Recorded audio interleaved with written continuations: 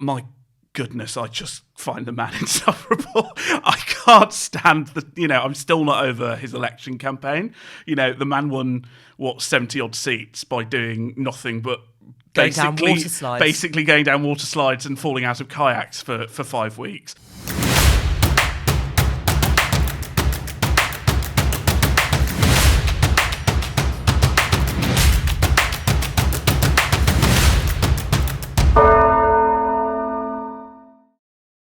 Welcome back to the Division Bell, and today I'm joined by Christian Calgie, Senior Political Correspondent at The Express. Welcome. Hello, it's lovely to be here.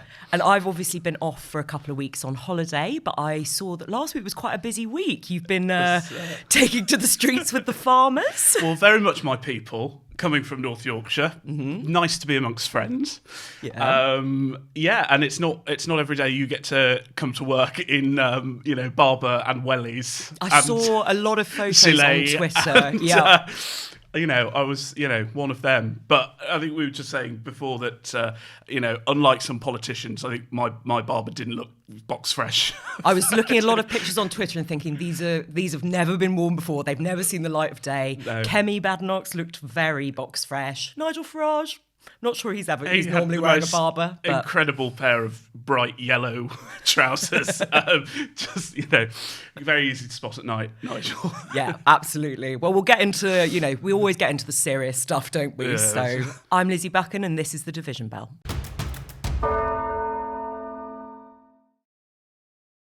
So one of the more unexpected conversations of the last couple of weeks has been this viral petition going round calling for a general election, which I think at the last time I checked had been signed by more than 2.8 million people. It's only been 4 months since the general election, and I definitely don't think I can do another one. I don't know about you. Has it only been 4 months? Something like that. It feels like a heck of a lot longer. So we polled our readers on whether the petition for a general election should be taken seriously. So on Mirror Politics, 76% said no and 24% said yes. How about your lot? Yes, fantastic reversal. Yes, 72%, no, 28%. So not entirely unexpected. I'm surprised that 1 in 4 Mirror readers agree with the great people of the Daily Express readership that it's time to ask again. Let's have a people's vote. An overwhelming majority think no. So I think we'll take that there. I think it's, obviously, I wrote an op-ed about this week. Should it be taken seriously? Well, it's not going to cause an election. But, I think even Labour's biggest defenders would admit that, the mood of the country 5 months after the 1997 election was a heck of a lot different to where it is today. And I think it is surprising to me how unpopular Labour has become so quickly. I thought it would take a couple of years to get to this point. I think, though, that if we're going to look at the unpopularity of the government, we would have had multiple general elections over the last few years, more than we've already had. Think about how unpopular Boris Johnson was at the end of his time, Rishi Sunak, Liz Truss. I don't think... I understand that this is a way for people to show their frustration on a number of issues. I think that's fair enough, and we can take that seriously. And I'm sure that, I don't think this petition is keeping anyone awake at night in Downing Street, but they are aware that some of the decisions they've taken are difficult, and I think that was part of their plan. I don't know whether some of this is a bit. Some of the decisions have landed in a worse way than they were expecting. I mean, I wrote. I actually did warn the Tories off revelling because I think, to an extent, Labour are tactically right to front load the unpopular decisions. That's always the way government should be that's the smart done. choice. And 2010, right, austerity was much harsher in the first two and a half years, and then it was laid off slightly towards the election. If you remember how popular Margaret Thatcher was in 1982 when unemployment hit 3 million, if we'd had a general election then, the Tories had ditched her then, history would be remarkably different. So I totally get it, but but at the same time, a lot of unenforced errors, and I would suggest that it's not going brilliantly. Well, I think it's interesting what you were saying about the sort of the Conservative response to it, because Kemi Badenoch raised it at PMQs, which I thought was quite interesting. She said, she and Starmer had a back and forth on tax, which was quite, it's quite punchy. Those exchanges are getting more interesting, I think, as they go on. But she said to him, he should resign and find out what the Conservatives would do when he asked her what the Conservative policy would be, and mentioned that millions of people had signed this petition. I mean, she's only been leader for a couple of weeks. Like, she's already pulled the kind of emergency lever of calling on the Prime Minister to resign. Isn't that mad? Well, she's, what a successful time as leader Kemi Badenoch is having. She has pulled the Tories back from the brink. They're ahead in the polls, and no, look. Firstly, I think you're right. The PMQs is definitely getting. Would I say more interesting or more entertaining? It's certainly much more entertaining than we've had for a very long time. And I've suggested that it's probably not since Boris was doing PMQs that we've had two-party leaders who really hate each other, I think, as much as Keir Starmer and Kemi Badenoch do. Yeah, there's no love lost. There really isn't. And I think she's feisty and she's energetic. I thought it was quite a good slapdown. I don't know whether it was pre-prepared or not. That's the thing I'm still trying to gauge with Kemi. How much of it is improvised? Her retorts and, she said, that was complete nonsense and all the rest. I think she's slightly better off the cuff than Starmer, but I don't think she's, she's not William Hague in terms of improvised comedy moments. No, I think she's reading quite a lot of stuff off of script. She clearly, I don't know, she clearly decided it was worth raising in some way, and maybe... in the past, you saw, particularly when Jeremy Corbyn was leader, how politicians use PMQs, particularly for like social media clips and that sort of thing. So maybe they thought if she raises it in an off-the-cuff way, it's something that can be put out and will be picked up on Twitter and then maybe even amplified by Elon Musk, which is kind of part of this argument as well, because, he amplified this petition, which is bizarre anyway, because isn't he supposed to be focusing on government efficiency in the US? Yeah, exactly. He tweeted a link to this petition sort of with another attack on Keir Starmer and claims that the UK is a police state, which then meant that the petition was signed by many, many more people. And I think people who've a colleague of mine looked into some of the signatories, and it's been signed in like more than 180 countries, including the British Antarctic Territories, UAE, China. Yeah. So I'd suggest that perhaps some of those people might not have voted in the general election. No, and I think the most signed petition ever, which was on the EU and got something even more ridiculous, like 4.x million. 6.1 was it 6.8? Actually, yes, it was. Yes, it was 6.1. And they removed quite a lot of signatures from that for the same reason. So I wonder if, but it's still substantive. But I also wonder to what extent Kemi Badenoch raised it at PMQs, because it strikes me that the people most enjoying the petition and have the most to gain from this theoretical election that's never going to happen actually isn't the Tory party, it's Reform.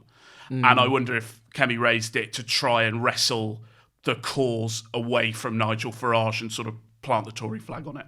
That's possible. And that's certainly part of what she's got to do as Tory leader, isn't it? That's where, the Conservatives are trying to focus their attention, because they lost so much support in that area and they can get it back. And you can see in the way she gave a speech on immigration, and she's focusing there. She's looking at those voters rather than Labour voters. Whether that's a good strategy or not, it's hard to say, considering Labour won the massive majority, and if the Conservatives want to get anywhere, they need to win back some of those seats. And, I think you could admire this sort of audacity of saying, let's have a general election and find out, when the Conservatives just had their worst ever defeat. I think a lot of us remember.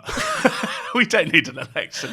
Yeah. But both of us have a sort of career reason for opposing a general election, at least for professional reason. We don't. I always love a general election, but I think... I enjoy getting buses to remote parts of England as much as the next man, but I'm quite enjoying working in Parliament for the next 4 years. I think there is also a more serious argument about, like, we're looking at all of we discussed the petitions, the Brexit one, calling for a general election. It's a kind of almost like X-factorization of, politics, that something happens and you say, okay, no, let's just change it all. And actually, governments aren't always popular, but they were the Labour were democratically elected and they've been given a term. And so there'll be ups and downs in this, but ultimately they have to be allowed to serve that. And they've not had that long. It has been quite bumpy, as you pointed out, but I think they need to be given a chance to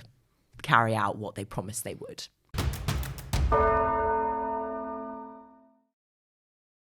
So the big issue this week is, of course, assisted dying. We're recording this on the Thursday. The vote's happening tomorrow.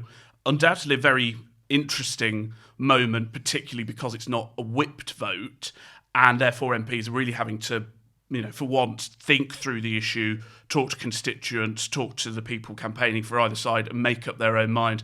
I can't quite tell which way it's going to go, but I think it will be quite close. Yeah, it's we haven't had a vote like this in a long time, on an issue of such significant social change, and also one that's so unclear.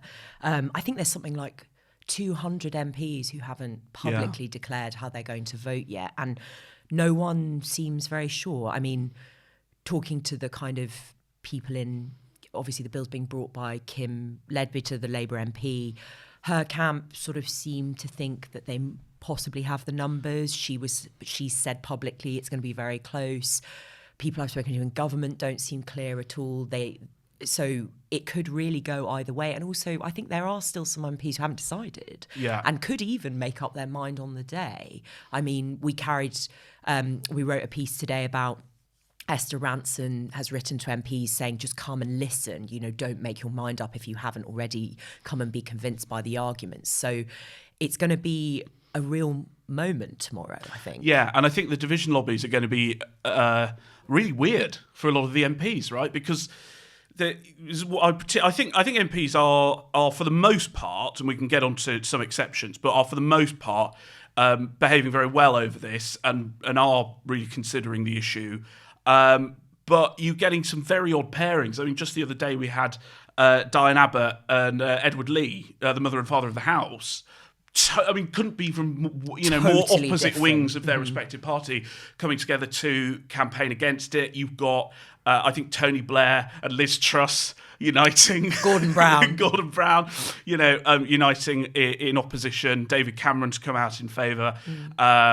Possibly, we don't quite know where Keir Starmer is going to plant his flag. Neither, actually. I think, do we know for absolute certain where Kemi Badenoch is on this issue?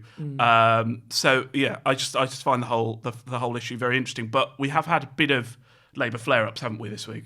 Yeah, there's some tensions in the cabinet around the issue. I mean, like you said, we don't know how Keir Starmer's going to vote. You can sort of look at the broader picture and say he supported it in 2015, supported changing the law in 2015. He promised Esther Ranson during the election campaign that he'd allow a free vote. He's obviously allowed this to happen very early on. So some people are interpreting that as him being pro, but publicly he said, I'm just going to look at the legislation and make my mind up. But he said that the government would remain neutral. He's not going to whip MPs on it. And so the idea was that cabinet ministers were going to kind of keep their views to themselves. How's that going? That didn't happen.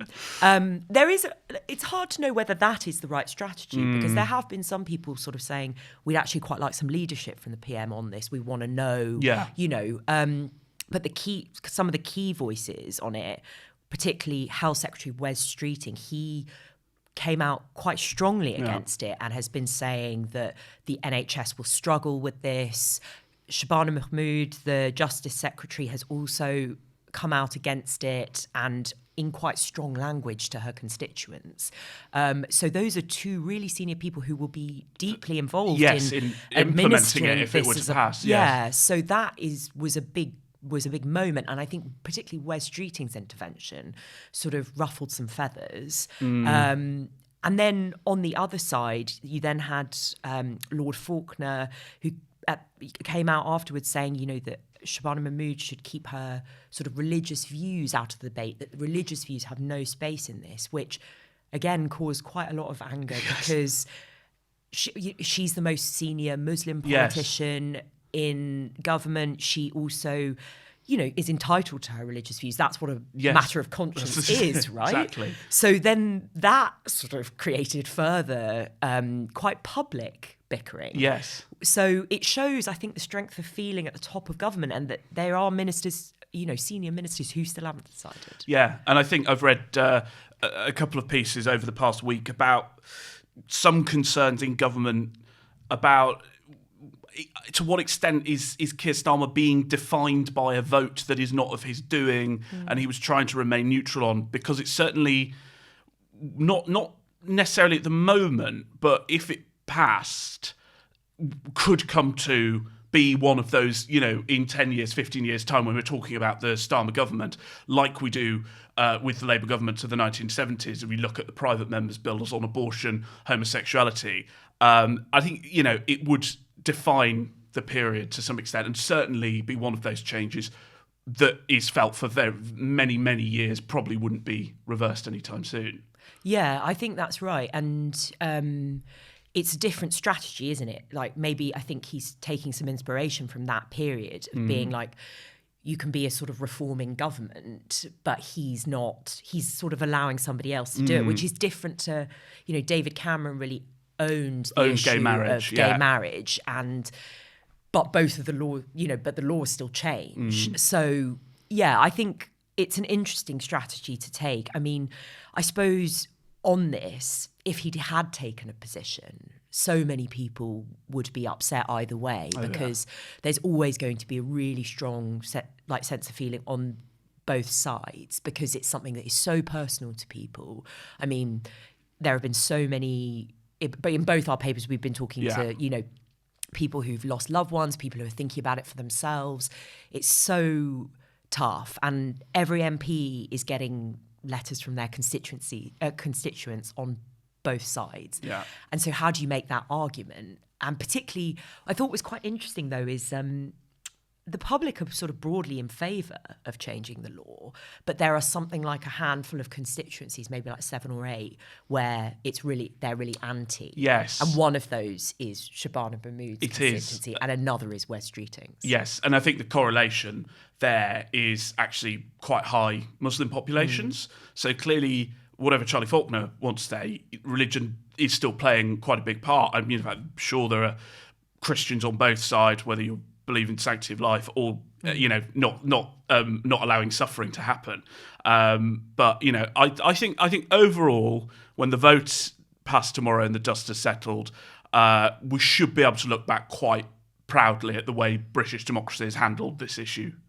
Yeah, I think it's a rare moment where, even though there has been some sort of tensions among senior politicians, people are broadly being quite sort of supportive and respectful of each other, which is really unusual in my time covering politics of Brexit and every other issue that's made everything so polarised. And so it's interesting that actually a really polarising issue is mostly being treated quite respectfully. Yeah. And I do think that maybe, journalists have been guilty over the years of writing about this landmark vote and this landmark vote in a sort of attempt to try and drum up interest in another vote on Brexit or another vote on something else. But this really is a moment, and I feel like a lot of people I've spoken to have sort of said, I wouldn't, I'm not working, or but I'm going to come in. I want to see what happens. I want to be there, because if it passes, it really, obviously, it has to undergo a huge amount more scrutiny. This is only second reading. It's got all legislation has multiple common stages. Then it's in the Lords, committee stages, all the rest of it. It could take maybe 2 years or more if this does pass. So, it's only the first step, but I think it would be a real moment. And then if it doesn't pass, that's also a moment as well, isn't it?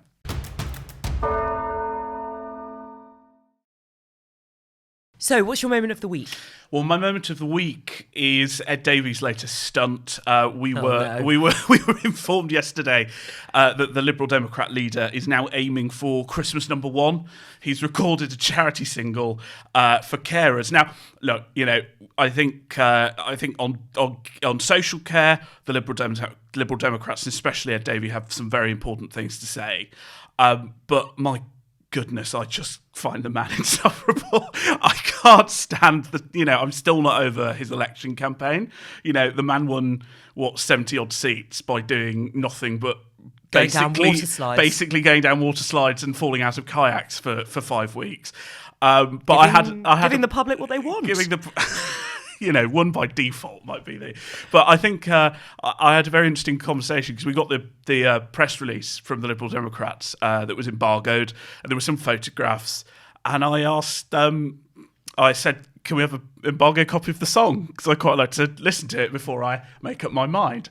And they just replied with a link to iTunes. It's like, so it's already on iTunes? It's on iTunes, but I'm not paying 99p to hear Ed Davey. Not even for charity. Where's your Christmas spirit? I'm not doing that. Give it to me for free. Come on. Anyway, what's yours? So mine is we had a big vote on the smoking ban this week to give second reading to the plans to sort of outlaw smoking for anyone born after the start of 2009, and Rishi Sunak just didn't even bother to turn up to vote, even though it was his plan. It was. He gave a big speech at Conservative conference in 2023 and sort of did this whole thing about how he wanted to ban it. He made it a big part of his agenda. Labour have now taken it on, couldn't be bothered to turn up. And who else couldn't be bothered to turn up was Nigel Farage, who was presenting his GB News show and did a whole sort of monologue at the start about how he would rather be talking about important issues on GB News than voting, and even little name check for the Daily Mirror saying, if you want to write rude things about me, this is where we were. So we wrote a story about it. Fair play. Fair play. I mean, I imagine Rishi is a bit like a jealous ex at this point on the smoking ban, because he's like, that was my idea. And I can't watch it pass. It does say a lot about Rishi Sunak that he came up with an idea that the entire political establishment agreed with, bar none, and he still couldn't get it through. His own election jettisoned what was meant to be his sort of one and only clear legacy. Mm-hmm. And now I think he's sort of brooding in North Yorkshire, thinking that should have been my... That's Wes Streetings now. It's Wes Streetings' baby now, exactly. That's it for this week. Thanks for listening to The Division Bell. And if you want to get involved in the poll next week, you can follow us on social. Bye for now.